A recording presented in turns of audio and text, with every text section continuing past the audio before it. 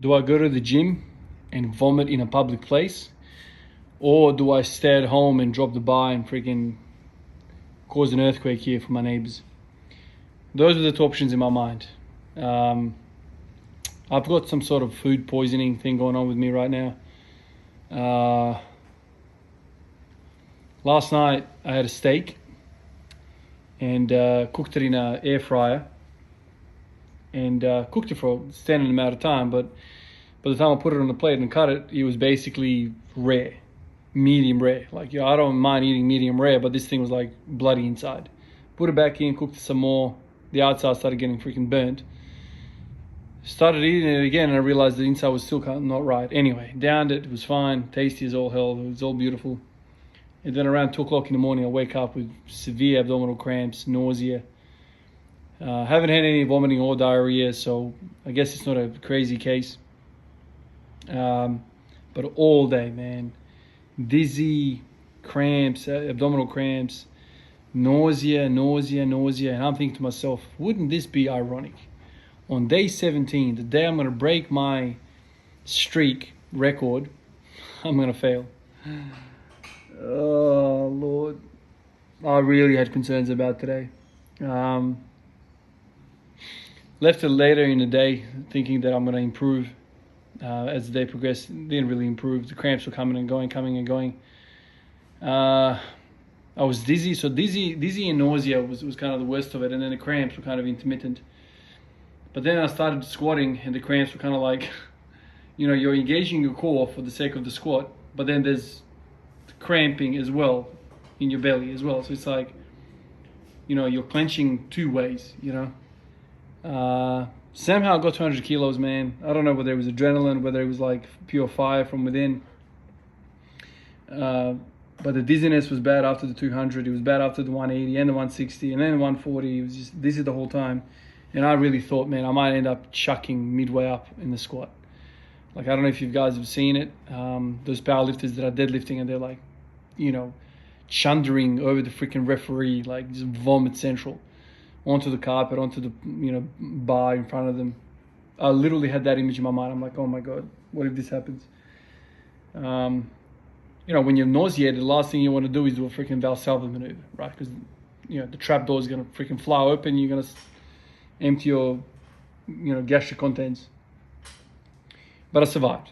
I did it. I'm happy. Now it's like 3 hours after the training session. Feel a little bit better now. The cramps are still there, the noise is still there. As you can imagine, I haven't eaten much all day. Just been trying to drink a lot of water. I said to my wife, man, like this is the few times we've bought food from Woolies, this shop here in Australia called Woolworths. We call them Woolies. We bought some meat last week, and as soon as we opened up the package, it stunk. It was off. The steak from last night, it didn't smell off, but it really got me crook. And maybe it was the cooking, maybe it wasn't, I don't know. I mean, I've eaten medium rare meat before, basically, medium rare, right? I quite enjoyed the juiciness of it and whatever. I don't like burning the meat, like charcoal. I don't want to eat charcoal. Maybe it was the meat that went off. I don't know, it didn't stink to me. Anyway, it got me. And it could have almost costed me a freaking, almost 3 weeks worth of work. But I survived. So there it is. This is the best streak. This is the best training period, I think, I'm willing to say.